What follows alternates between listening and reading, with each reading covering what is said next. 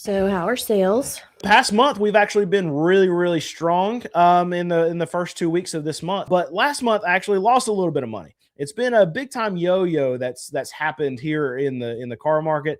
And then the month before that we hit a home run and we did really well. So what we're experiencing right now is that we're doing really well, but we're also able to go to these used car dealer auctions, and the prices are coming down. So it's almost it's almost like the perfect scenario for us right now because we're busy on the car dealership side, and I'm able to go in and buy really good cars for good prices on the wholesale level. And this actually worries me a little bit for the economy, because what would cause me to be able to be really busy? Think what I am. I'm a used car dealer. I sell cars that are $5,000 and under, but also that other car dealers that sell stuff that are a little bit more expensive than me are very slow, so slow that they're not buying as many cars at auction, and it's making it to where I can buy cars that are cheaper at auction. Usually it doesn't go like that. If I'm busy, I'm selling a lot of cars, well, then my prices at auction have to go up, and I'm not able to buy as many cars because other car dealers are fast or are selling a lot of cars at the same time period I am. But it's not working out like that. All these other dealers I'm talking to, very slow. We look at forums online that other dealers are attached to. They're very slow. So it's a weird dynamic. And what I think is actually happening is a lot of these mid-tier buyers that buy cars that are over $5,000 are now having to trade down. And that means that I'm gaining a bigger percentage of the market where they can't go and they can't sign up for a $550 car payment a month. They can't go and buy a $15,000 car right now, but they can scrape up enough money to buy a $3,500 car from me. So I'm almost wondering if that whole piece of the pie is just shifting down and is coming and buying my cars, and that's why I'm busier. And they're not buying these upper tier, I say upper tier, like the mid tier kind of car that's $7,000, $8,000, $10,000, $15,000. And those dealers are suffering, but I'm getting a lot of their customers. And then in that way, they're not going to the auction. There are fewer dealers at auction right now. And I'm able to go in and buy cars that I want for a lot cheaper price. That's what worries me for the economy, because what I'm hearing from everyone is that everyone is slow. But that's not what I'm experiencing right now.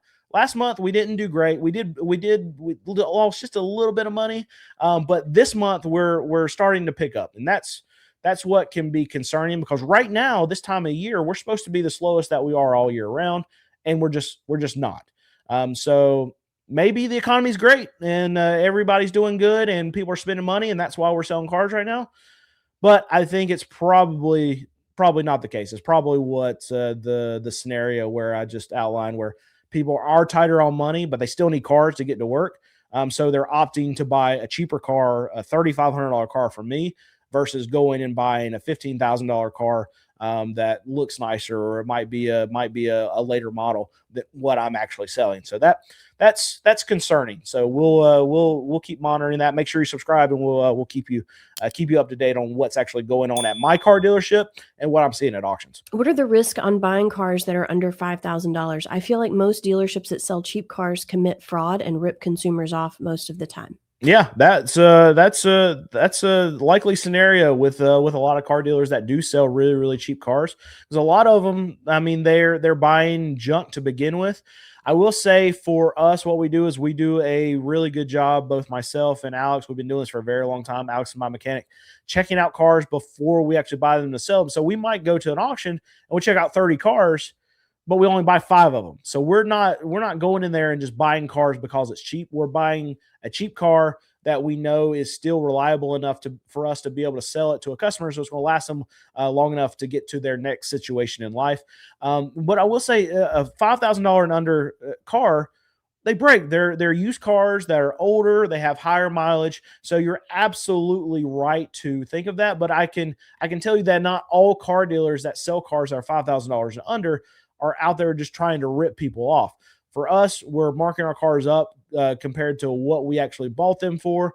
So it's not necessarily what like Kelly Blue Book is going to say the price on. We're selling cheaper cars for that cheaper price, and we know that they're cheap cars.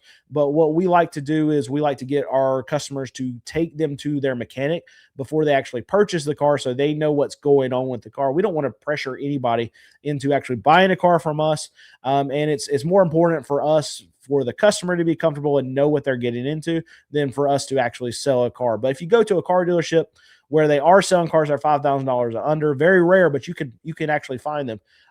Just make sure you're able to get that car and take it to a mechanic to get checked out before you can actually buy it. And you're saying that car dealers that sell cars that are $5,000 and under, you feel like they're trying to rip people off, or I can't remember what word you said. But you can probably use that terminology with any used car dealer. You just have to put your guard up when you're going to go buy a car. This is a shady industry. And I hate to say it, because like even my wife and I go through this dialogue all the time where people ask us what we do a lot. And I never want to say that we do videos on YouTube, because I feel like YouTuber seems like a narcissistic, shady, try to promotion kind of thing, where it sounds like a bad thing. And I think used car dealer sounds better than YouTuber. But my wife, she says the inverse. She says she doesn't like to tell people that we're a used car dealer. She would rather tell people that we're a YouTuber, right? So it's the aura that comes along with being a used car dealer. And for a lot of cases, it's absolutely true that this business has been built on deceit, it's been built on greed, and it's going to be very difficult to find a good, honest used car dealer, just because a majority of them, in my opinion, I work beside of them every single day. I go to the auctions, I hear them talk. I hear them talk about what they sell, how much they sell it for, things that they fix. And yeah, majority of them, in my opinion, are probably not doing the right thing. But here's the thing, that in my opinion, I am doing the right thing. And I know of other car dealers that do the right thing and try to do the right things by their customers. These days, you really shouldn't be driving without a dash cam backing you up. There's just too much that can happen on the road, and having real footage makes all the difference. I've been testing the Wolfbox G900 Pro Mirror Dash Cam, and this one stands out. The big thing is the superior night vision. The front records in 4K, the rear in 2.5K, and it uses the IMX678 8 megapixel sensor, so it can clearly capture license plates and scene details, even in low light, backlight, or other tough lighting situations. And as you can see in the daylight footage, that 4K front camera really stands out with crisp, easy to read detail. It also has 5.8 gigahertz Wi-Fi with app connectivity, which is about 4 times faster than the old 2.4 gigahertz. Pulling clips to your phone actually feels instant instead of slow. There's also voice control, so you can manage everything hands-free and keep your attention on the road where it belongs. The 12-inch touchscreen makes switching between the front, rear, and split view easy. You get reversing assistance for tight spots and 24-hour parking monitoring, so your vehicle stays protected even when you're not around. If you want real proof next time something happens, click the link in the description below to get yourself a Wolfbox G900 Pro Mirror Dashcam. And I want to thank Wolfbox for sponsoring today's video. Do you prefer online or in-person auctions? Also, with online auctions, do you see a lot of cars going overseas? So I prefer to be at the auction and touching the car before I actually bid on it. What I can know about cars from in-person auctions is they actually run them through the lane. So they crank them up, they let them run for a little bit before they actually start driving them through the lane. I can look and see if they're overheating. I can listen to them. I can smell them. I know that sounds weird, but I can smell to see if they're burning anything, like if there's any kind of oil leaks. I can smell that coming from the front. If they got some kind of head gasket issue, I can smell coolant actually being thrown out of the tailpipe. It's like a sweet smell that you would smell. But I can hear if there's any knocks, any kind of misses, anything that's going wrong with that car. I get more information from a car actually running in front of me and me putting my hands on it than I would from getting pictures. Even if the auction checks out the cars before, I don't trust them to be able to check out a car better than I can check out a car. So I would 100% rather be in-person auction than a live. I will tell you recently that I went to an auction, and it was supposed to ice the next day. So I went and checked out the cars the day before, and then I bid on those cars online the next day because I couldn't get to the auction. The weather was bad. And what turned out is that I bought a paperweight because there was a car that went through. It was a Jeep, and it was $3,000. And they said that they announced that there was a big title brand on this vehicle that was labeled as junk, so I can't sell that at my car dealership. And they said that they announced it, but they didn't announce it. And they said they announced it. So now it's just my word against the auction company who makes money from selling actual cars. So they're telling me now that it seems like I have to take this car, and I paid $3,000 for it, and I can't do anything with it. So I bought a $3,000 paperweight because I wasn't at that auction. And if I would have been at that auction, I would have been able to know for sure if they actually announced it, but they didn't announce it because I can hear it too. So I'm aggravated still about this Jeep that they didn't announce but if I would have been there, then I would have. I don't know if I had more proof or not. My wife's looking at me. I'm aggravated about this. I know that you should be. Yep. Maybe it'll get fixed. It seems unlikely, but they're still trying. So hopefully they can pull up the recording. I feel like they have to be able to do that. Yeah, it's probably announced. Yeah. I probably just missed it. Yeah. I mean, that was. But if I was in the lane touching the car and they did announce it, I would not have missed it. What percentage of the cars in your lot have a check engine light on? And if you could also speak to inspection requirements. Yeah, it's hard to know the percentage. I would guess.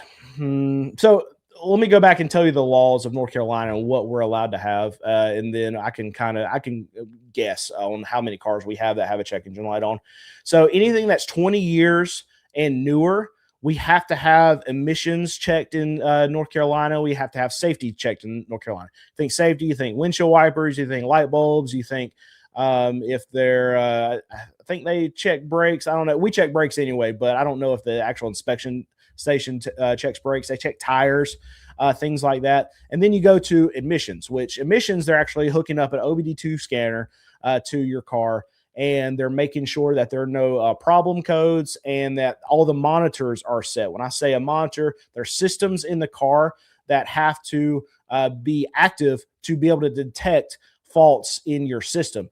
And for those monitors to set in a car, if like codes have been erased or a battery has died, the whole computer will reset.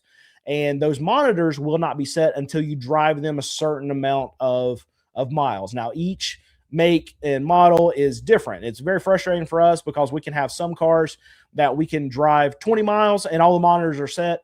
And we have some cars that we have to drive 200 miles and all the monitors will set. Very frustrating for us to have to get those cars inspected and get these monitors, because there could be nothing wrong with the car, but we still, if the battery dies, we still have to drive it that amount of miles to be able to have it pass the inspection with the computer.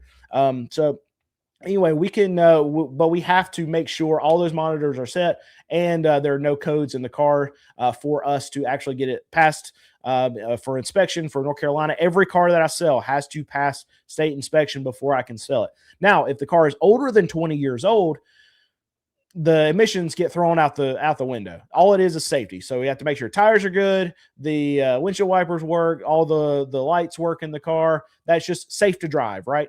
But you can have the check engine light on. You can have something small like an O2 sensor that doesn't affect how the car drives at all, but throws the check engine light on.